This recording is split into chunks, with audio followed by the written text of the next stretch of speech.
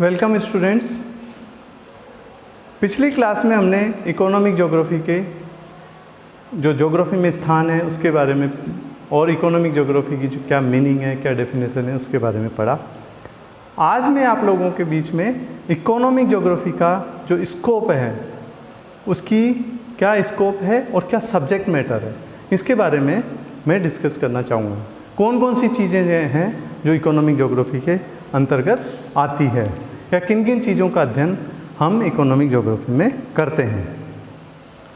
तो आज सबसे पहले हम स्कोप ऑफ इकोनॉमिक ज्योग्राफी, इस इकोनॉमिक ज्योग्राफी का स्कोप क्या है, इसके बारे में जानने की कोशिश करेंगे। इकोनॉमिक ज्योग्राफी के स्कोप को हम निम्न बिंदुओं पे देख सकते हैं। सबसे पहले इकोनॉमिक ज्योग्राफी में हम जिन चीज़ों का अध्ययन करते हैं वो है where the economic activities are located.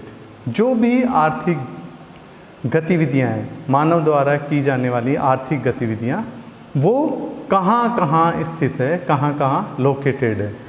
Suppose उनकी आर्थिक गतिविधियाँ पशुचारण से संबंधित है, उनकी आर्थिक गतिविधियाँ कृषि से संबंधित है, उनकी आर्थिक गतिविधियाँ उद्योग धंधों से संबंधित है, उनकी आर्थिक गतिविधियाँ और कई तरह की सेवाओं से संबंधित है। तो उनमें उनका वितरण क्या है, उसका ग्लोब पे क्या वितरण है या स्पेशल डिस्ट्रीब्यूशन कैसा है, उसको समझना इकोनॉमिक ज्योग्राफी का सबसे पहला एरिया है। तो where the economic activities are located और what is the spatial distribution of economic activities, आर्थिक गतिविधियों का क्षेत्रीय वितरण किस तरह का है, इसको हम इकोनॉमिक ज्योग्राफी में स्टडी करते हैं। दूसरा, what are the characteristics of these economic activities. सबसे पहले हमने उनका वितरण देख लिया, उसके बाद एक एक इकोनॉमिक एक्टिविटीज़ की विशेषताओं के बारे में हम जानने की कोशिश करते हैं। फॉर एग्जाम्पल, अगर उनकी इकोनॉमिक एक्टिविटीज़ एनिमल हस्बेंड्री या पशुचारण से संबंधित है तो उसकी क्या विशेषताएं हैं, उस पशुचारण की क्या विशेषताएं हैं, क्या वो आदिम अवस्था में है, क्या वो मैकेनाइज तरीके से करते हैं, क्या उनका जो मैनेजमेंट है वो बिल्कुल ट्रेडिशनल है, हर्ड्स में ले जाते हैं, या फिर आधुनिक तरह के मॉडर्न रेंचेज में रखते हैं, किस तरह से वो पशुचारण करते हैं। इसी तरह खेती की जाती है वो इंटेंसिव है, एक्सटेंसिव है और कमर्शियल है या सब्सिस्टेंस है, किस तरह की वो एग्रीकल्चर है, ये और इसी तरह की इंडस्ट्री और सर्विसेज रिलेटेड एक्टिविटीज़। तो उन सब इकोनॉमिक एक्टिविटीज़ की विशेषताओं के बारे में हम इकोनॉमिक ज्योग्राफी में अध्ययन करते हैं। पहला, spatial distribution of economic activities. दूसरा, characteristics of these activities. Thirdly, we study to what other phenomena the activities are related. जो भी आर्थिक गतिविधियां हैं, जो भी इकोनॉमिक एक्टिविटीज़ हैं जो हमको देखने को मिलती है, वो किस तरह आपस में एक दूसरे से रिलेटेड है, आपस में उनकी इंटर रिलेशनशिप क्या है, या फिर और कोई दूसरे फिनोमिना हैं, भौतिक पर्यावरण है, दूसरे तरह के फिनोमिना उनसे किस तरह वो रिलेटेड है, इनको भी हम जानने की कोशिश करते हैं। सपोज़ एग्रीकल्चर है, किस तरह वो वहाँ की सॉइल से रिलेटेड है, वहाँ की क्लाइमेट से रिलेटेड है, वहाँ की टोपोग्राफी से रिलेटेड है। So how these economic activities are related with other phenomena और within themself, inter relationship और इंट्रा रिलेशनशिप, इन सब का अध्ययन भी हम इकोनॉमिक ज्योग्राफी में करते हैं। Fourthly, we talk about why the activities are located where they are located. ये थोड़ा सा इकोनॉमिक ज्योग्राफी का लेटेस्ट एस्पेक्ट है, रिलेटिवली लेटेस्ट एस्पेक्ट है। इसमें हम क्या करते हैं कि जो लोकेशन फैक्टर है, जो उनके स्थानीयकरण के कारण है, भाई कोई भी पर्टिकुलर इकोनॉमिक एक्टिविटी कहीं है तो क्यों है, what are the factors that are helping in their location. So उन सारे फैक्टर्स को अध्ययन करना, लोकेशन फैक्टर्स, उसमें फिजिकल फैक्टर्स हो सकते हैं, उसमें इकोनॉमिक फैक्टर्स हो सकते हैं, उसमें सोशल फैक्टर्स हो सकते हैं, उसमें पॉलिटिकल फैक्टर्स हो सकते हैं। सपोज़ कहीं कोई इंडस्ट्री लोकेटेड है तो क्यों लोकेटेड है? क्या वहाँ रॉ मटेरियल पाया जाता है? क्या वहाँ कैपिटल है? क्या वहाँ लेबर इजीली और सस्ता अवेलेबल है? या फिर गवर्नमेंट की पॉलिसीज़ है कि वो वहाँ पे लोकेट होना चाहिए? तो सारे जो लोकेशन फैक्टर्स हैं उनका हम अध्ययन करते हैं और इन फैक्टर्स के बेसिस पे हम we tries to formulate location theories. So this is also the subject matter of economic geography, to look into the location factors and on the basis of those factors to formulate location theories. These are the subject matter of economic geography. And finally, relatively latest area of economic geography, that is, would it not be located elsewhere to better satisfy certain economic and social criteria? Suppose ये economic geography में हम ये भी देखते हैं कि जहाँ कोई पर्टिकुलर इकोनॉमिक एक्टिविटी लोकेटेड है, क्या वो सही तरीके से लोकेटेड है, क्या उसका लोकेशन सही है, या फिर क्यों उसका स्थान चेंज किया जाना चाहिए, अगर किया जाना चाहिए तो उसके क्या बेनिफिट हैं, क्या सोशल कॉस्ट है, क्या इकोनॉमिक कॉस्ट है, और क्या इकोनॉमिक बेनिफिट है, क्या सोशल बेनिफिट्स है. So we also look into would it not be located elsewhere to better satisfy certain economic and social criteria. For example, एक पॉल्यूटिंग इंडस्ट्री है, जो पोल्यूशन एयर पॉल्यूटिंग इंडस्ट्री है या water polluting industries है, वो किसी शहर के बीचों बीच में लोकेटेड है. अब उससे कई हेल्थ हैजार्ड्स हैं, लोगों को सांस लेने में परेशानी है ना, वहाँ के जो ग्राउंड वाटर है वो पॉल्यूट हो रहा है.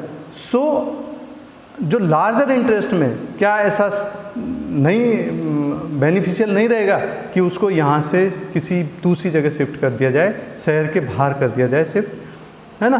तो इन चीज़ों को भी इकोनॉमिक ज्योग्राफी में देखा जाता है. इसमें हम उनको उन परेटो ऑप्टिमलिटी के बेसिस पे देखते हैं, उसको हम जो गवर्नमेंट प्लानिंग है उसके हिसाब से देखते हैं, या फिर गवर्नमेंट कुछ पॉलिसीज़ और प्रोग्राम्स के तहत इस तरह के डिसीजन लेती है कि कहाँ कौन सी इकोनॉमिक एक्टिविटीज़ होनी चाहिए और कहाँ पर्टिकुलर इकोनॉमिक एक्टिविटीज़ नहीं होनी चाहिए. और in other words we say that the location of economic activities is determined by planning and government policies.